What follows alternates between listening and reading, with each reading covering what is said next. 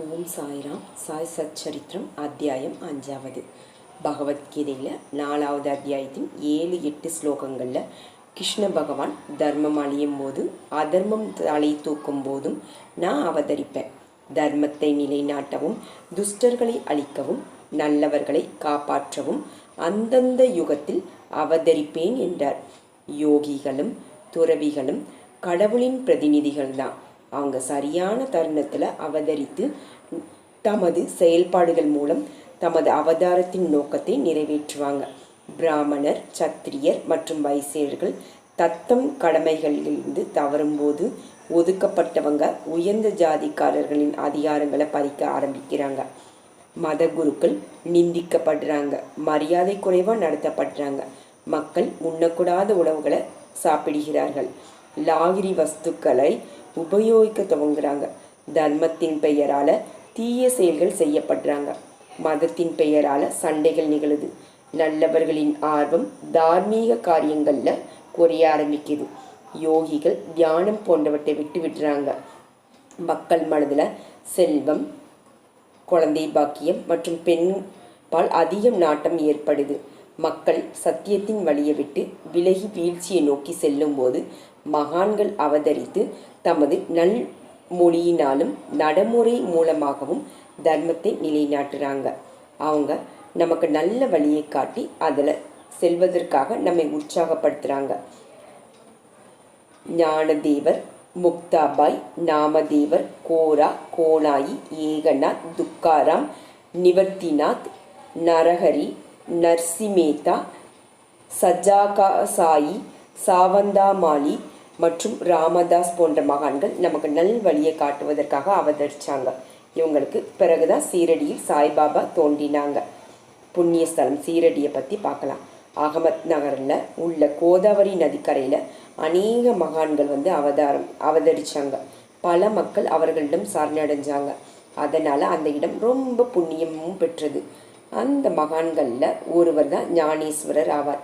சீரடி அகமத் நகரில் கோபர்காங் தாலுக்காவை சேர்ந்தது. கோதாவரியை கடந்து செல்லும் பாதை நேராக சீரடியை அடையுது. 8 மைல் தூரத்தில் உள்ள நீம்காவை அடைந்தால் சீரடியை பார்க்க முடியும்.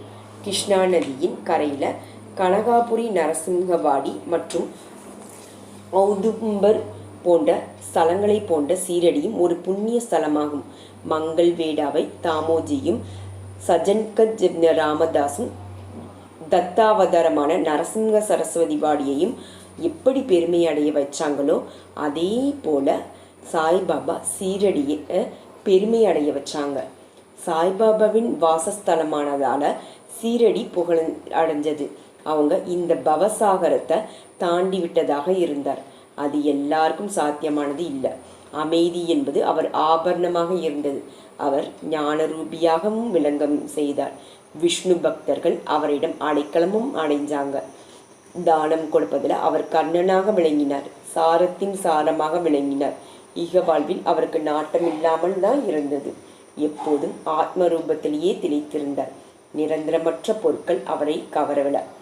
அவர் இதயம் கண்ணாடி போல களங்கமற்று திகழ்ந்தது. அவர் திருமுகத்திலிருந்து அமுதமலை பொழிஞ்சது. அவர் ஏழை பணக்காரர் என்ற வித்தியாசம் பார்த்ததில்லை. மானம், அவமானம் போன்றவற்றை பற்றி அவருக்கு எல்லளவிலும் கவலைப்பட்டதே இல்லை. பயமில்லாமல் பேசுவார். பலவிதமான மக்களிடம் சேர்ந்திருந்தார். நாட்டிய பெண்மணிகளின் நாட்டியம் மற்றும் நாடகத்தை கண்டு கழிப்பார். கஜல், கவ்வாலி போன்ற வட இந்திய பாடல்களையும் ரசிப்பார். இவற்றில் எல்லாம் ஈடுபட்டாலும் அவர் சமாதி கலைந்ததில்லை. எப்போதும் அல்லாவின் பெயர் அவர் நாவில் இருந்தது. உலகம் விழித்திருக்கும் போது அவர் உறங்குவார். உலகம் உறங்கும் பொழுது அவர் விழித்திருப்பார். அவரது உள்மனம் கடலை போல அமைதியாக இருந்தது. அவர் செயல்முறையை யாராலும் அறிந்து கொள்ள முடியாது. ஒரே இடத்துல இருந்தாலும் அவர் உலகத்தில் நிகழும் எல்லா நிகழ்ச்சிகளுக்கும் தெரிஞ்சிருக்கும். அவருடைய சாநித்தியம் அபூர்வமானதாக இருந்தது. பல விஷயங்களை பற்றி நம்ம பேசினாலும் அவரது ஆழ்ந்த அமைதியானதும் கொஞ்சம் குலையாமல் இருந்தது. அவர் எப்போதும் மசூதியின் சுவரில் சாய்ந்து அமர்ந்திருப்பார். மதியத்திலும் மாலையிலும் காற்று வாங்குவதற்காக லேண்டிபாக் என்ற தோட்டத்திற்கும் சாவடிக்கும் செல்வார். அப்போது ஆத்ம சிந்தனையில் திளைத்திருப்பார். சித்தராக இருந்த போதிலும் சாதாரண பக்தரை போல இருந்து வாழ்ந்து வந்தார். அவர் அகம்பாவம் சிறிதும் இல்லாதவராக, இரக்கம் மற்றும் அடக்கம் உள்ளவராக இருந்தார். எப்போதும் மற்றவர்களுக்கும் ஆனந்தம் அளித்தார். அவருடைய திருவடிகள் பட்ட மாத்திரத்திலேயே சீரடி பவித்திரம் அடைந்தது. அவரது மகிமை அசாதாரணமாக இருந்தது. எப்படி ஸ்ரீ ஞானேஸ்வரரால் ஆலந்தி மற்றும் ஏகநாதரால் பைண்டன் பெருமையுற்றதோ அதே போல சீரடி பாபாவால் பெருமையடைந்தது. பக்தர்களுக்கு சீரடி, பண்டரிபுரம், ஜெகநாத்புரி, துவாரகை, காசி, மகாகாளேஸ்வரர், கோகர்ண மகாபலேஸ்வரராக காட்சியளித்தது. சாயி தரிசனம் பக்தர்களுக்கு வேத மந்திரமா விளங்கியது. சாய் தரிசனம் பக்தர்களுக்கு வேத மந்திரமா விளங்கியது. அதன் விளைவா போகங்கள் பால் ஈர்ப்பு குறைஞ்சது. ஆத்ம தரிசனம் எளிதாகவே கிடைச்சது. அவர் தரிசனமே யோக சாதனமாக இருந்தது. அவர் சம்பாசனையால் எல்லா பாபங்களும் அகன்றுவிடும். அவர் பாத சேவை திருவேணியில் நீராடுவதற்கு சமமாக விளங்கியது. அவர் பாத தீர்த்தத்தை அருந்துவதால எல்லா எண்ணங்களும் நிறைவேறியது. அவர் கட்டளை வேதங்களின் கட்டளையாக விளங்கியது. அவர் கையால் பிரசாதம் மற்றும் விபூதி பெற்று கொண்டதால சித்த சுத்தி ஏற்பட்டுவிடும். அவரே பக்தர்களுக்கு ராமராகவும் கிருஷ்ணராகவும் விளங்கினார். அவரே பரபிரம்மமாக திகழ்ந்தார். ஆத்ம ஞானியாகவும் சைத்தன்யராகவும் ஆனந்த மூர்த்தியாகவும் விளங்கினார். சீரடி அவருடைய தங்கும் இடமாய் இருந்த போதிலும் அவர் புகழ் பஞ்சாப், கல்கத்தா, வட இந்தியா, குஜராத், டாக்கா மற்றும் கொங்கணம் வரை பரவியிருந்தது. அவர் புகழ் 4 திசையிலும் பரவ தொடங்கியது. பல இடங்களிலிருந்து மக்கள் அவரை தரிசிக்க வந்தாங்க. அவங்க நல்லவர்களாக இருந்தாலும் கெட்டவர்களாக இருந்தாலும் அவர்களுக்கு பாபாவின் தரிசனத்தால மன அமைதி கிடைச்சது. பண்டரிபுரத்துல விட்டலை பார்த்ததா ஏற்படும் மகிழ்ச்சி அவங்களுக்கு பாபாவை பார்த்ததால் கிடைச்சதுன்னு மிகையாகாது. கீழே ஒரு பக்தரின் அனுபவம் கொடுக்கப்பட்டிருக்கு, பார்க்கலாம். கௌலி போலாவின் வயது சுமார் 95 இருக்கும். அவர் ஒவ்வொரு வருடமும் பண்டரிபுரத்தை யாத்திரை மேற்கொள்வது வழக்கம். 8 மாதங்கள் பண்டரிபுரத்திலும் 4 மாதம், அதாவது ஆவணி முதல் கார்த்திகை மாதம் வரை கங்கை கரையிலும் வசித்து வந்தாங்க. சாமான்களை சுமந்து செல்ல அவருடைய ஒரு கழுதையும் இருந்தது. ஒரு சிஷ்யனும் அவர் கூடையே போவார். திரும்பும் வழியில் அவர் பாபாவை தரிசிக்க சீரடி செல்வார். பாபாவிடம் அவருக்கு ஆழ்ந்த பக்தி இருந்தது. அவர் பாபாவை கண்ணிமைக்காமல் பார்த்து கொண்டிருப்பார். அவரே பண்டரிநாதர், விட்டலின் அலங்காரம், ஏழை பங்காளன், கருணாமூர்த்தி என்று சொல்லுவார். கௌலிபுவா விட்டோபாவின் பரம பக்தராவார். அவர் பல முறை பண்டரிபுர யாத்திரை மேற்கொண்டுள்ளார். அவர் பாபாவை பண்டரிநாதராகவே நினைச்சார். சாய்பாபாவிற்கு கடவுள் சிந்தனை மற்றும் பஜனையில் விசேஷ ஈடுபாடு இருந்தது. அவர் எப்பொழுதும் அல்லா மாலிக் என்று சொல்லிக்கொண்டே இருப்பார். பக்தர்களை வார பஜனை செய்ய வைப்பார். வார பஜனையை நாம சப்தாகம் என்று அழைக்கப்பட்டது. ஒரு முறை அவர் தாஸ்கனுவிடம் நாம சப்தாகம் நடத்த சொன்னார். தாஸ்கனுவும் பாபாவிடம் தம் பாபாவின் ஆணையை சிறமேற்கொள்வதாகவும் ஆனால் பஜனையின் முடிவில் அவருக்கு விட்டல் தரிசனம் கிடைக்க வேண்டும் என்று வேண்டிக் கொண்டார் தாஸ்கனு. பாபா தமது இதயத்தை தொட்டுக்கொண்டு விட்டல் கட்டாயம் தரிசனம் தருவார் என்றார். அதற்கு பக்தர்களின் பக்தியும் உற்சாகமும் தேவை என்றார். டாகுர்நாத்தினி, டங்புரி, விட்டலின் பண்டரிபுரம், ரணகோட்டின் துவாரகை எல்லாமே இங்குதான் இருக்குது என்றார். யாருமே கடவுள் தரிசனத்துக்கு அதிக தூரம் செல்ல வேண்டியதில்லை. விட்டல் வெளியில் இருந்தா வருவார், அவர் இங்குதான் இருக்கிறார்.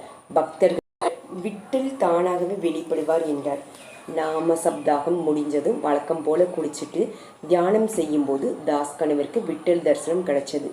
மதியம் பாபாவின் தரிசனத்திற்காக மசூதி போயிருந்த போது பாபா அவரிடம், விட்டல் பாட்டில் வந்திருக்கிறாரா என்ன, அவரை பார்த்தையா? அவர் ஒரே இடத்துல இருக்க மாட்டார், அதனால அவரை கெட்டிய பிடித்துக்கொள், கொஞ்சம் கவனிக்காம இருந்தாலும் காணாமற் போய்விடுவார் என்றார். இது காலையில் நிகழ்ந்தது. மதியம் மறுபடியும் அவருக்கு விட்டல் தரிசனம் கிடைச்சது. அன்று ஒருவர் விட்டலின் படங்கள் விற்க கொண்டு வந்தார். அதிலிருந்த உருவம் தாஸ்கனுவின் தியானத்தில் வந்த உருவம் போலவே இருந்தது. படத்தை பார்த்ததும் பாபாவின் வார்த்தைகளுக்கு நினைவிற்கு வந்தது. அவருக்கு ஆனந்தமும் ஆச்சரியமும் ஏற்பட்டது. ஒரு படத்தை சந்தோஷத்துடன் வாங்கி தம் பூஜை அறையில வச்சு கொண்டார். தானாவை சேர்ந்த ஓய்வு பெற்ற ஸ்ரீ பி.வி. தேவ் என்பவர் தன் ஆராய்ச்சியின் மூலம் சீரடி பண்டரிபுரத்தின் எல்லைக்குள் வருவதாக நிரூபித்தார். தெற்கில் பண்டரிபுரம் கிருஷ்ண பகவானின் முக்கிய ஸ்தலமாகும். ஆகையால சீரடியும் துவாரகை தான். துவாரகையை பற்றி இன்னும் ஒரு குறிப்பும் இருக்குது. அதை நாராயண ஐயர் என்பவர் பாரத் வர்ஸ் கா ஸ்தாயி இதிகாச, தேசத்தின் நிலையான இதிகாசம் என்ற புத்தகத்தில் ஸ்கந்த புராணத்திலிருந்து எடுத்து எழுதியிருக்கிறார். அதன்படி எந்த இடத்தில் தர்மம், அர்த்தம், காமம், மோக்ஷம் எளிதாக கிடைக்குமோ அதே ஆன்மீகவாதிகள் துவாரகை என்கிறாங்க. சீரடியில் பாபாவின் மசூதியில் 4 ஜாதிகளுக்கு மட்டுமில்ல, தாழ்த்தப்பட்டவங்க மற்றும் பாகோஜி சிந்தே போன்ற குஷ்டரோகிகளுக்கும் அனுமதி இருந்தது. அதனால தான் சீரடியை துவாரகைன்னு அழைப்பது எல்லா விதத்திலும் உசித்தமானதுதான். ஓம் சாய்ராம்.